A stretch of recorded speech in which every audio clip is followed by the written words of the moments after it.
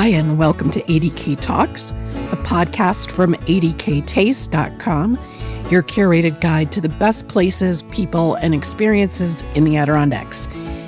I'm Jane, and as usual, I'm joined by my brother and co-host, Steve. Say hi, Steve. Hi, Steve. You know, the Adirondack Park is full of famous landscapes, but some of its most important places aren't just scenic. They're deeply tied to the story of America itself. Today, we're heading to one of those places, the John Brown Farm State Historic Site near Lake Placid, where abolitionist John Brown is buried and where generations of visitors have wrestled with questions about justice, memory, violence, truth, and how history gets remembered. Our guest today is historian and author Sandra Weber, whose new book, John Brown Farm, From Abolitionist Vision to Memorial Site, explores how this rocky Adirondack farm became a powerful symbol of conscience and activism, inspiring many across generations. Sandra has actually been on ADK Talks before to discuss remarkable women of the Adirondacks, and today's conversation goes even deeper into the intersection of Adirondack and American history. This episode isn't just about the past. It's about how landscapes hold memory, how communities choose what to preserve, and why one small farm in the Adirondacks continues to inspire deep reflection and conversation around the world. So whether you're a history buff, a regular visitor to Lake Placid, or someone who's simply driven by the sign for John Brown Farm and wondered what's there, this episode is for you. Sandra, welcome to ADK Talks. Welcome back to ADK Talks. Thank you so much. It's great to be back with you again. Let's just get right into it.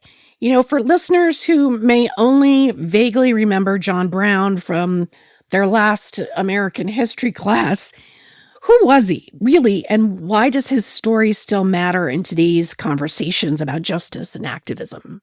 John Brown grew up in a very religious and abolitionist household, and he ended up dedicating his life to ending slavery. He believed in two principles, the Golden Rule and the Declaration of Independence. And he saw that slavery was in violation of both of those truths and those principles that were very important to him. And eventually slavery was expanding. The slavery power was in control of the government. And he finally decided something needed to be done. And with 21 other men, he raided Harper's Ferry, Virginia. And he was captured and hung for that. His body was brought to the Adirondacks and buried here. And within 18 months, the Civil War started. And John Brown sort of then became a martyr and a hero to the Union soldiers. And so he has become this martyr, this hero of justice and freedom and liberty. How did he get to the Adirondacks in the first place? Because he was only here for a short time. What originally drew him here was an experiment that was taking place in which free Black New Yorkers were given plots of land to become farmers in the Adirondacks, and they were struggling. Most of them had not been farmers and had no equipment.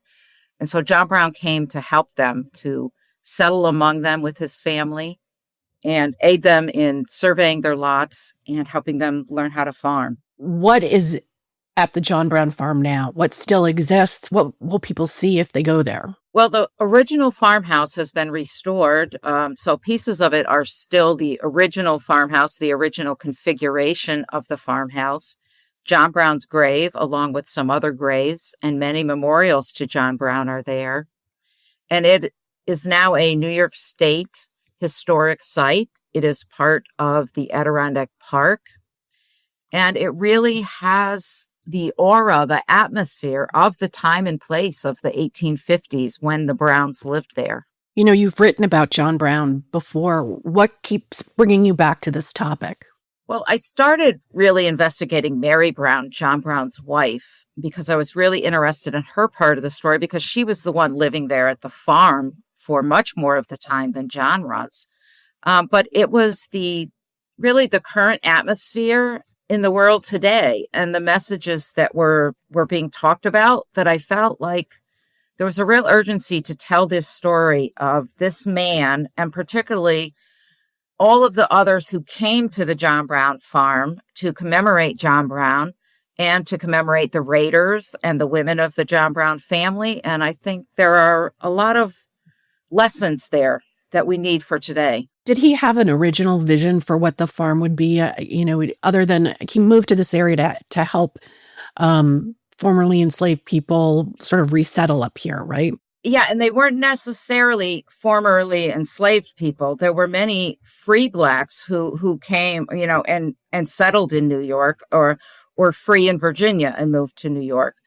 So his vision was to help to make it an integrated community of Black and white people working together as neighbors, as farmers tend to do.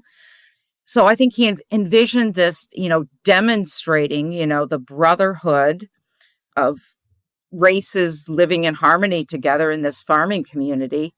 I think he also saw it as a place where his family could live a frugal lifestyle while he was out fighting and campaigning to end slavery. He also really fell in love hard with the region, with the mountain scenery and the air and the fields. And he just absolutely loved it there. And even though he wasn't there very much, he considered it his home. It was the place he wanted to be and the place he wanted to be buried, which I think says a lot about his affection for the Adirondacks. Yeah, it's a beautiful site. It's really a very pretty place to visit, and you can visit all year round. Harper's Ferry happens. He's executed. The family continues to live on the farm for several more years. Then what happened to the farm? Did it automatically become this historic site, or did it go through some kind of transformation? So it took a little while for it to get to New York State. First, a friend of the family, Alexis Hinckley, rented the farm for a couple of years, and then he decided to buy it. And Mary sold him the farm for $700. But importantly, she kept the graveyard in the family to go through the descendants of the family.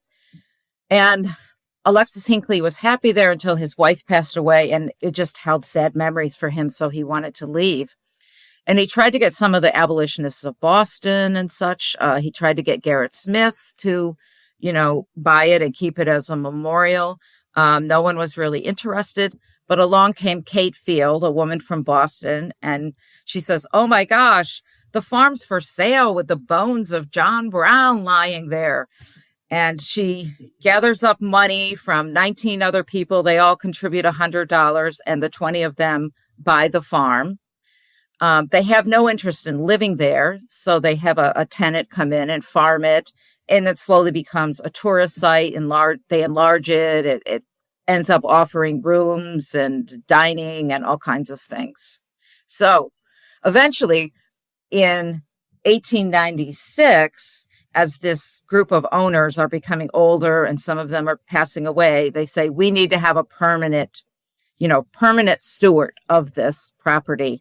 And they donate it to New York State in 1896. Has the site evolved or changed over the years? After the state takes it over, it continues to attract many visitors to come to see John Brown's grave, etc., as a tourist attraction. Eventually, as we get into the 19-teens, and, we have the KKK starting up again, we have Jim Crow laws and segregation happening. And in 1916 is really the first event where people really begin to talk about civil rights and how, what would John Brown do today? And this concept, we have a democracy that John Brown promoted, and of racial equality. And if we don't keep living these, living toward this, progressing toward this equality and progress, this could be the burial ground of democracy where John Brown's buried. And so it becomes this message of that John Brown's work is not done, right? For each generation, we have to keep moving forward. His work is not done. So in the 1920s, Jesse Max Barber, a leader of many Black organizations, the Niagara Movement, and involved in the NAACP, he believes that, that especially the Black people have to start commemorating John Brown more and really paying attention to his message. And he begins to promote having a pilgrimage of Black people from Philadelphia, New York, Springfield, Massachusetts, all over the country, coming to lay a wreath on John Brown's grave on May 9th every year for John Brown's birthday. And again, now we really are beginning to see civil rights speeches and gatherings happening at the farm. You know, these issues that you're talking about feel really current to, very of the moment right now.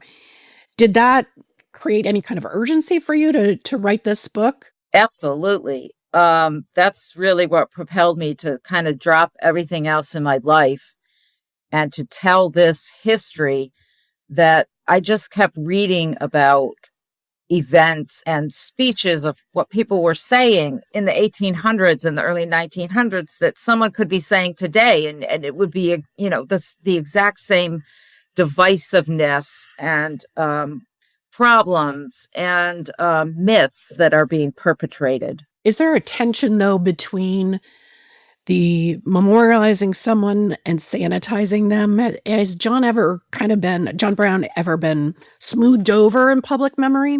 He's been smoothed over, but he's also been thrown under the bus. So he's had it both ways, right? He's had it both ways. And people look at the exact same document sometimes and they come to complete opposite conclusions. But I really tried to dig into some of the myths and some of the criticism. In Harper's Ferry, for example, there was a lot more criticism and resistance to any monumenting of John Brown. It was just too close to home to many of the people there of what happened at Harper's Ferry. And so, like, the NAACP tried to put up a plaque in memory of John Brown in 1932, I think it was. And the language was rejected. So there's been a lot of resistance to memorializing John Brown, to putting up statues of him. In the North Country, he's a little more accepted at the John Brown farm, but not always. And almost every event or every speech, and particularly like when other raiders were buried at the farm, they gave them a military salute.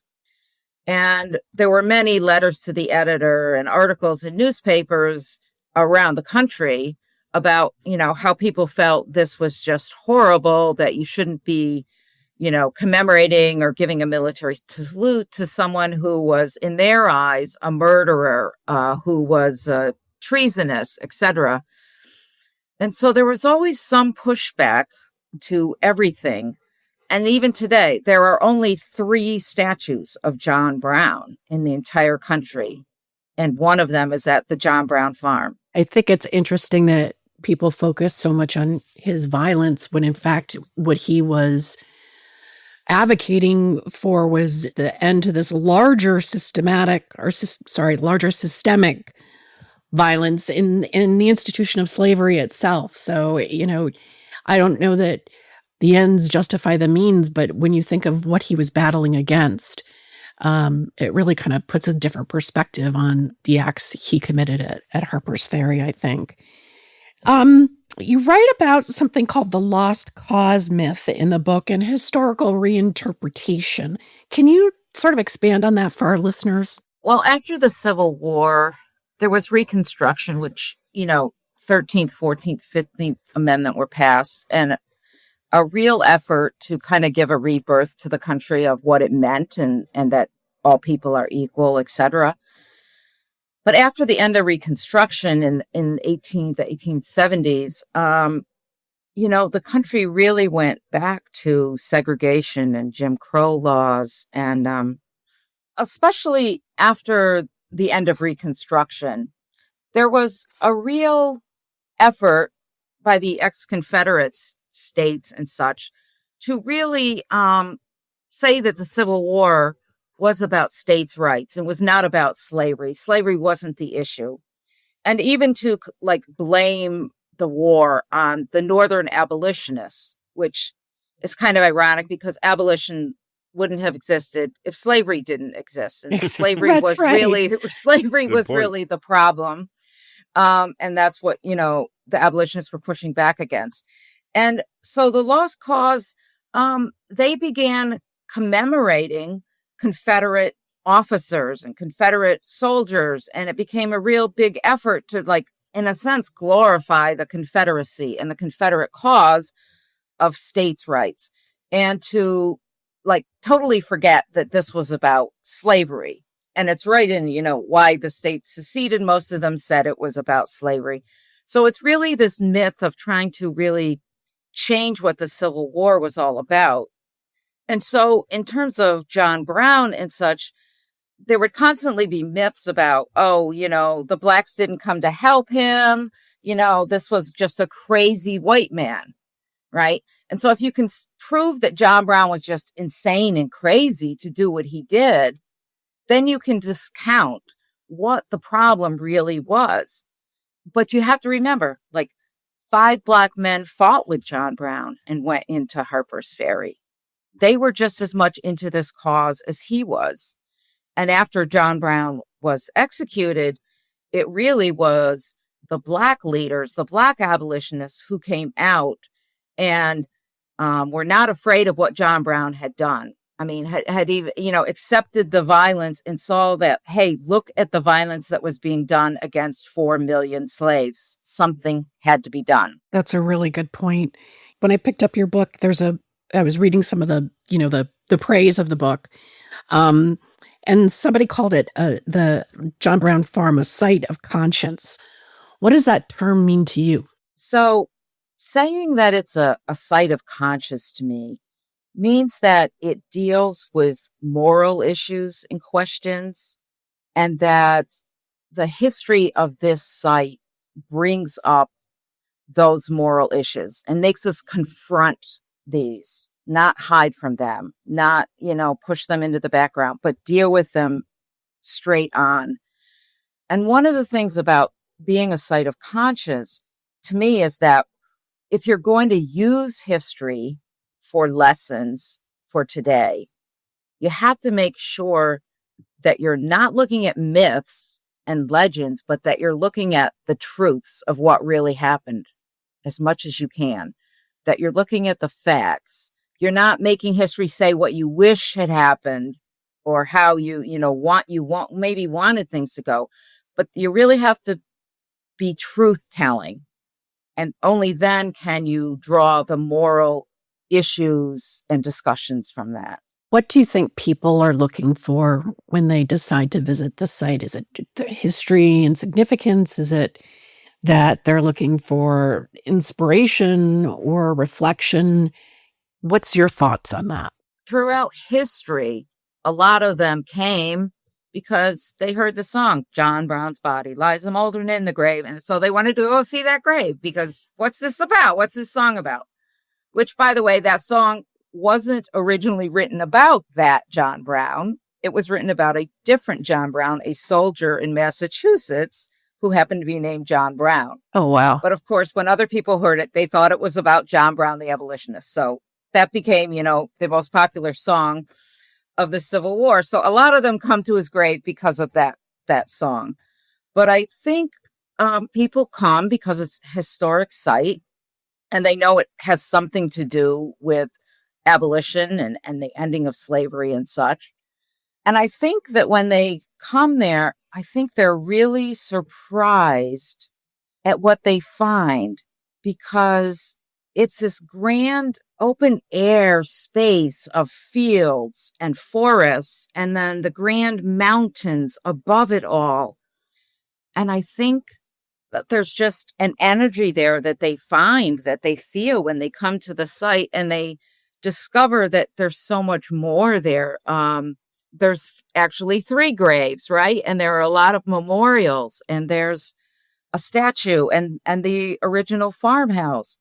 And I think they get a sense of how John Brown and his family actually lived, and that they really must have been sincere in their efforts to end slavery. And they were willing to sacrifice comfort and luxury and everything to live here at this farm. Not to get off on a tangent though, but that part of the Adirondacks is not really farm country either. The soil is really rocky, right, Steve? So it's not like the Champlain Valley.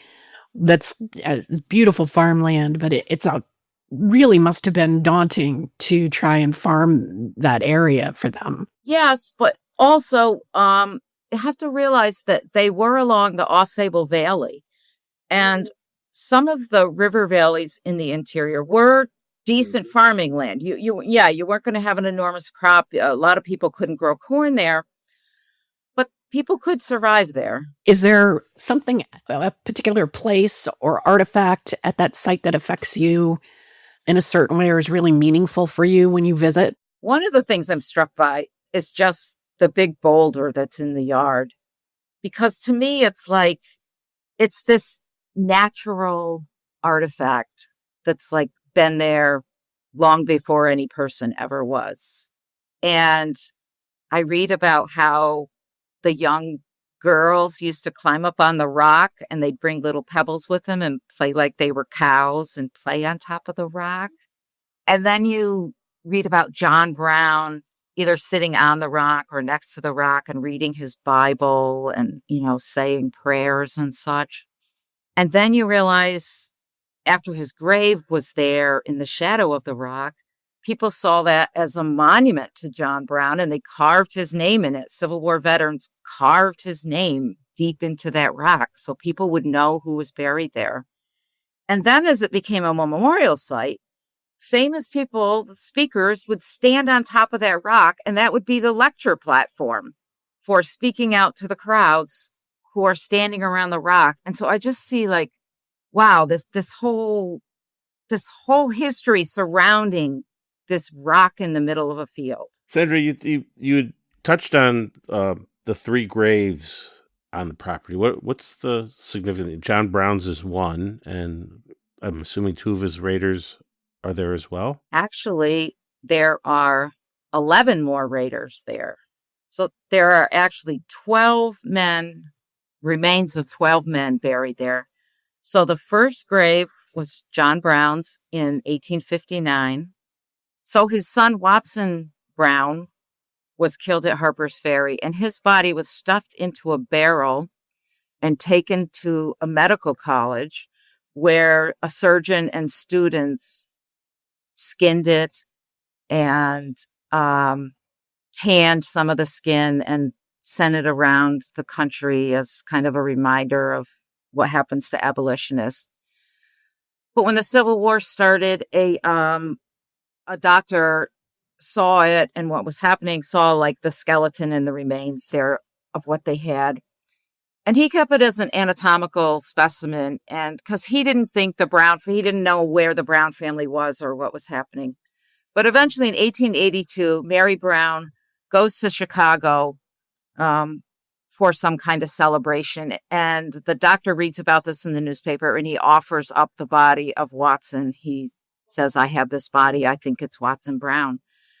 And so John Brown Jr. goes, looks at the body, and yes, we think it's Watson, or we're like positive it's Watson. And they ship it back to North Elba, and they have a funeral for Watson Brown in 1882 and bury him in the grave beside John Brown. And that brings up, well, where are the other raiders? Where are they buried? Where's Oliver Brown buried? And discover that they're buried along the Shenandoah River. They were just kind of thrown into trenches after they were killed in Harper's Ferry. And some people discover the burial ground. They dig up the remains. They ship them north in a big trunk on the railroad. And they arrive eventually in Lake Placid, and they are all buried in one casket. It's determined that there are the remains of 8 bodies. By pure coincidence, 2 other raiders who are buried in New Jersey, their graves need to be moved because the property is going to be sold or something. So those 2 bodies are shipped from New Jersey. So there are the bodies of 10 raiders buried in the 3rd grave in one casket. And I find that grave, it's not talked about a lot, but I find that grave very, very significant because here in this casket are the remains of 8 white men and 2 black men who all lived together, fought together, believed in equality, believed in ending slavery, and they died together and they're buried together at the John Brown farm. Did he, after he was executed, and I may be getting this wrong, did his body lie in state for a while? Like, I remember reading that it was at the Essex courthouse. So Mary Brown and a couple abolitionists picked up John Brown's body from Harper's Ferry right after he was executed. And then, it took a long time by railroad, and eventually as they had to go up the east side of Lake Champlain, go across on a sail ferry over to Westport. And so the last night of their trip, they stayed in Elizabethtown, and his body laid in the Essex County Courthouse, the same courthouse that's standing there today. And some young men kept guard over it overnight to make sure that nothing happened to it. And then the next day it was taken to the farm, which was December 7th. So it took quite a while to travel from Harper's Ferry to North Elba, especially given the weather in early December. My gosh. Yeah. And this is a little piece of trivia. Mary stayed at the Deer's Head Inn, which is still, is across from the courthouse and is still in operation today. Yeah. The piece of the annex of that original hotel that she stayed in, the Deer's Head Inn. Yes. For listeners who want to go deeper after this conversation, where can they find your book? We probably should have asked this earlier, but if somebody wants to, get your book, where's it available? So the publisher is Purple Mountain Press. So you can go to their website, purplemountainpress.com. There's also signed copies available at the John Brown Farm Historic Site and at the Bookstore Plus in Lake Placid. And I will be doing a signing there on June 27th. That's great. Cool. I think I also read that it was at the Adirondack Experience, the museum on Blue Mountain Lake, too, and their amazing gift shop, too. So, yes, I'm sure it's there, too. Several other bookstores, yes. Yeah. Are you going to be doing more readings throughout the summer? I am. I had a lot of events planned, but coming up soon, we're in the works of planning 2 big events at the John Brown Farm for July 4th and July 5th, and I think this is not to be missed. Going to celebrate Independence Day on July 4th, and July 5th we're going to have the first of what hopefully becomes an annual event of Martyrs Day on July 5th. And I will be doing a reading at the Adirondack Center for Writing in Saranac Lake on July 9th. You've got a lot coming up. What does Martyrs Day mean? I think it's Gloria Blackwell, and she's located in New York City somewhere. And it's about realizing that July 4th was not a celebration for Black people. They felt July 4th was a sham, right? It was about white people celebrating their independence, but Black people were not independent. Black people did not have the rights. And so, and on July 5th, Frederick Douglass made a famous speech on July 5th, 1852 in Rochester of what to the slave is the 4th of July. Basically talking about what I just talked about. So that's kind of the foundation of this Martyrs Day, and that we need to celebrate these other martyrs for human rights issues, right? Not just celebrating July 4th. That's great. I'd never heard of that before. So it's brand new. It's brand new this Okay. year. She's going to try to make it a national holiday, but yes, this is the first year. it sort of also, I think, begs the other question too, if, John Brown's legacy really makes us confront some uncomfortable questions about whether real deep injustice can be changed peacefully, or do we have to have these incidents like Harper's Ferry or these deep confrontation in order to, get people to confront, these issues that need to be rectified.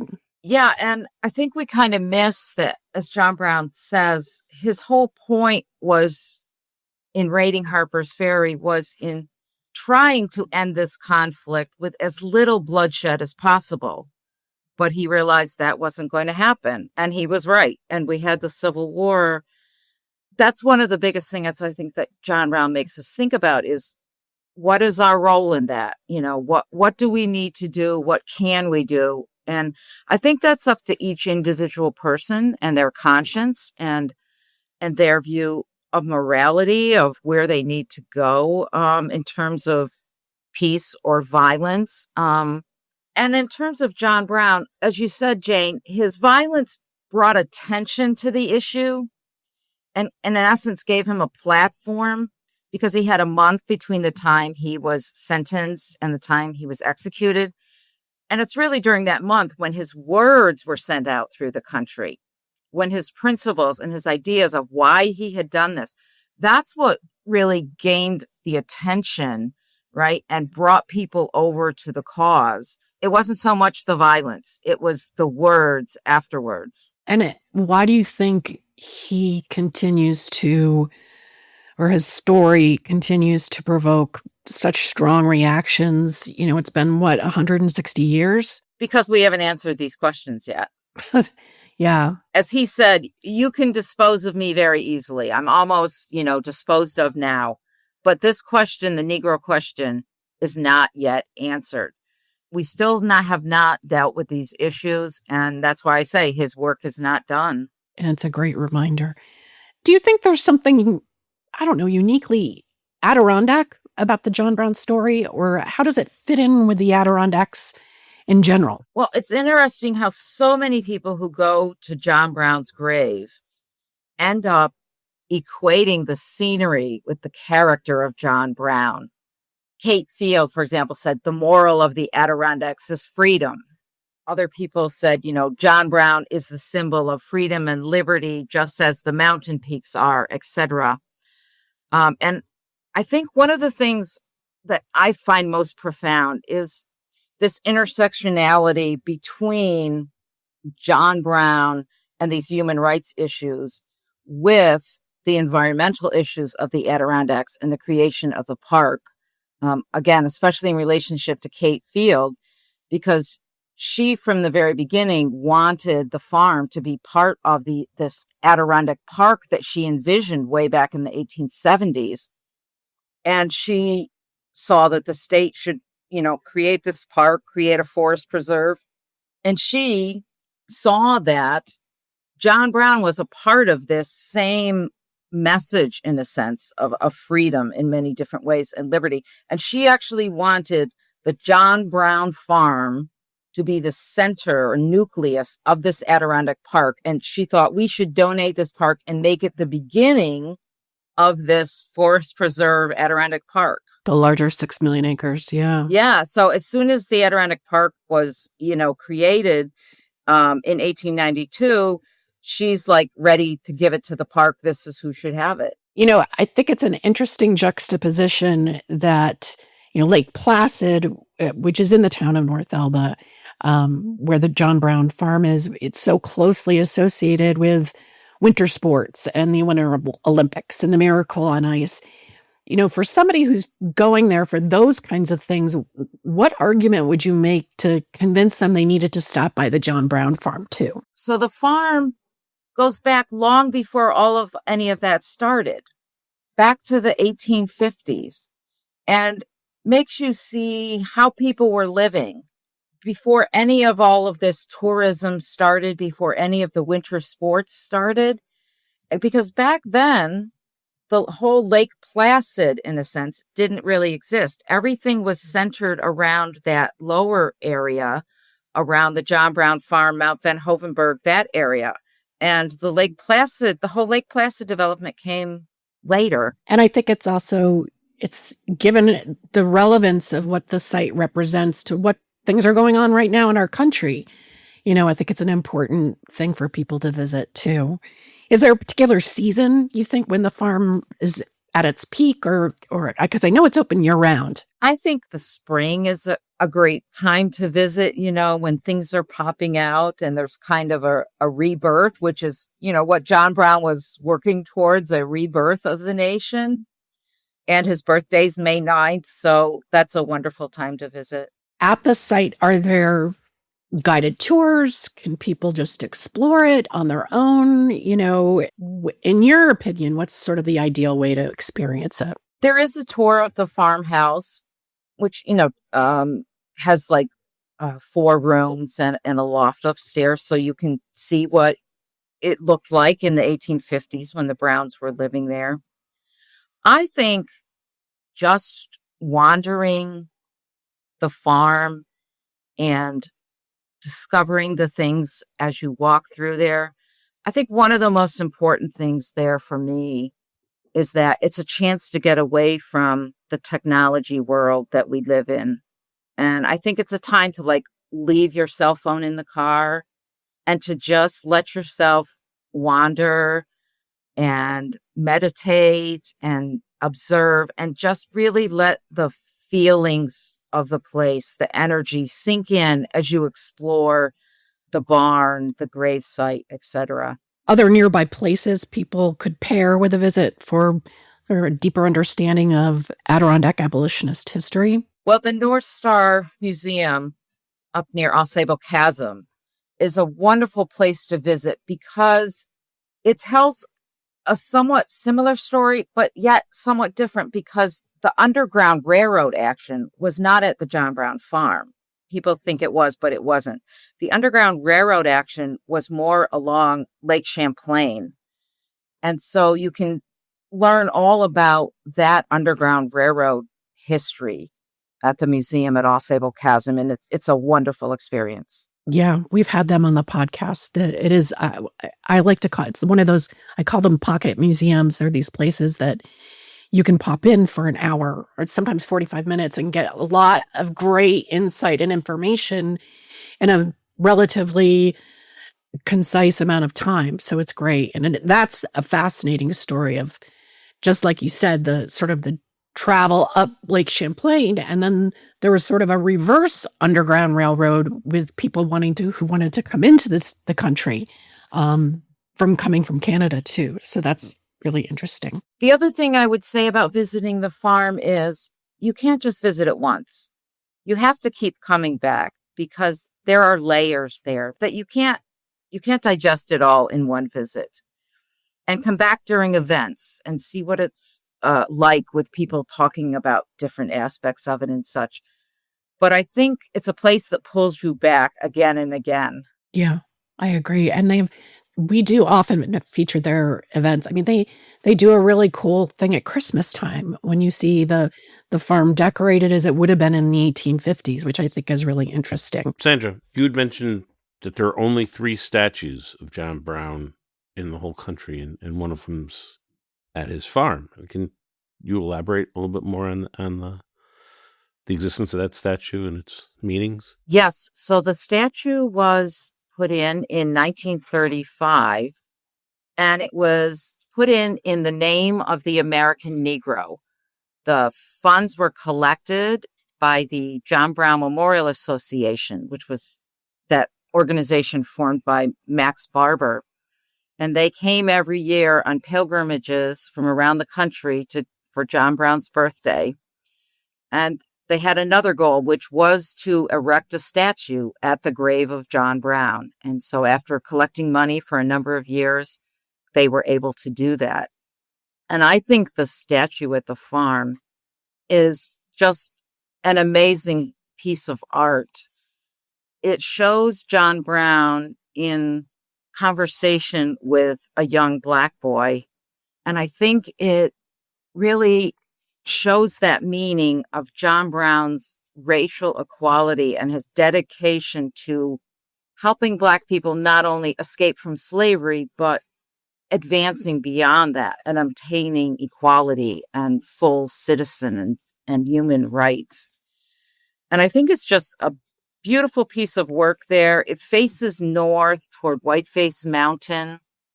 And I think it really speaks to what John Brown and his family were working toward at that site. And it's in the circle as you drive in to the site. It's the first thing you see. And I really encourage people to go and look at that statue and to look at, there's little dedications written around the foot of that statue, which most people would never see, but look at that and see that like they dedicated this to John Brown and his comrades. And this really was the message they wanted to portray of John Brown, that this organization of Black people, this is what they wanted to portray. And so I would encourage people to just sit there and think about, it's a piece of art. It's going to mean something different to everyone who looks at it. But I think it's worth taking some time to sit there and think about what this statue is saying. Yeah. I also think it's worth mentioning people do come from around the country to visit. I mean, people make a pilgrimage. They come from around the world. Around the world. Yeah. Any significant people, in history who visited? Well, there have been plenty of famous people who visited. Susan B. Anthony visited. Her brothers actually were with John Brown in Kansas.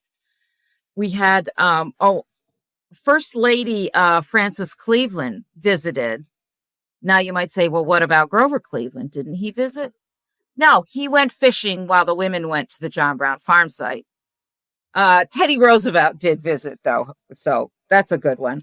Actually, Booker T. Washington visited in the early 1900s, and Rabbi Stephen Weiss and Kelly Miller, John Mulholland. These were some NAACP representatives, some of the founders of the NAACP. They were very active in promoting John Brown. And who else might we think of? Clarence Darrow visited. I could go on and on. Well, Sandra, this has been so interesting. And thank you for spending time with us and talking about this really important topic. Before we release you into the wild, as you know, we always ask our guests to tell us what their favorite spot is in the Adirondacks. And actually, I went back and looked at the episode you were on before, and you said the John Brown Farm. So I feel like we've come full circle.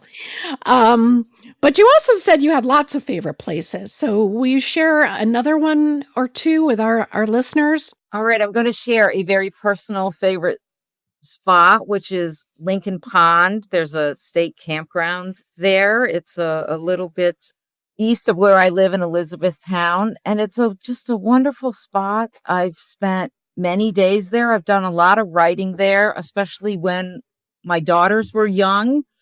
And I would go to the beach there and they would go swimming and whatever. And I'd sit in the sand and write. And it's a wonderful spot for canoeing. And so I've spent a lot of time at Lincoln Pond, and it's one of my favorite little local spots. That's awesome. Now, don't everyone run and go there now, please. Go ruining it. Well, the Adirondacks are 6 million acres. So, as we always say, bigger than the state of Connecticut, bigger than the state of Vermont, bigger than the state of New Jersey. So, I feel pretty confident that it's not going to be overrun. There's plenty of places. But that's great. I haven't heard that one before. I've always wondered when someone would mention that. Really? Yeah, it's neat. Well, Sandra, thank you again for joining us. This is one of those conversations that really reminds you just how layered Adirondack history itself is. And as another thing that I sound like a broken record, we always say there's so much beyond, the traditional things people think of when they think of the Adirondacks. There's so much here and history here, and it's great to be able to shed more light on one of those places. Thank you for having me again. I can go on and on forever talking about John Brown and the farm. Well, we may have to. Are you going to write another John Brown book? Oh my gosh, I hope not. I am completely worn out. So it'll have to be oral history from now on. Yes. All right, Sandra, thanks. Thank you. Thank you very much. So listeners, just a reminder, Sandra Weber's new book is John Brown Farm, From Abolitionist Vision to Memorial Site. And if this conversation sparked your curiosity, I highly recommend that you pick it up. And if you're heading to the Lake Placid region, I really urge you to make time to visit the John Brown Farm State Historic Site. It's not just for history buffs. It's really a place, as Sandra spoke about, that invites reflection and is worth stowing away your iPhone and your devices and really taking in the place, its meaning, and just the beauty of the Adirondacks as well. It's not far from where they hold some of the events for the lacrosse tournament in August and the Can-Am rugby. And the horse shows. And the horse shows, right. And it's the kind of thing where when you're up there and you've got an hour or two or three, it's so close that you can get in there and get out. And it's a beautiful location. It's a great place to, you take a couple people and sit down and stare off into the mountains and not have too much commotion about you. And I've heard a lot of people who cross-country ski say they really like to go there and cross-country ski. I've heard that too. If you enjoyed this episode, please subscribe at wherever you get your podcasts and leave a rating or a review, especially if it's a positive one. It helps other people find more information about the Adirondacks. And of course, you can always get more Adirondack stories, travel ideas, food finds, events, and our other podcast episodes at adktaste.com. And if you have a comment, a concern, or just want to share an idea with us, you can do so by sending it to info@adktaste.com. Yeah, send us your questions and ideas for future episodes. We just did a mailbag, I think a couple episodes ago, and I've gotten inundated with stuff. So we might have to do another one. Inundated, Steve. Thanks for listening, and we'll see you next time on ADK Talks. Bye-bye. Bye-bye.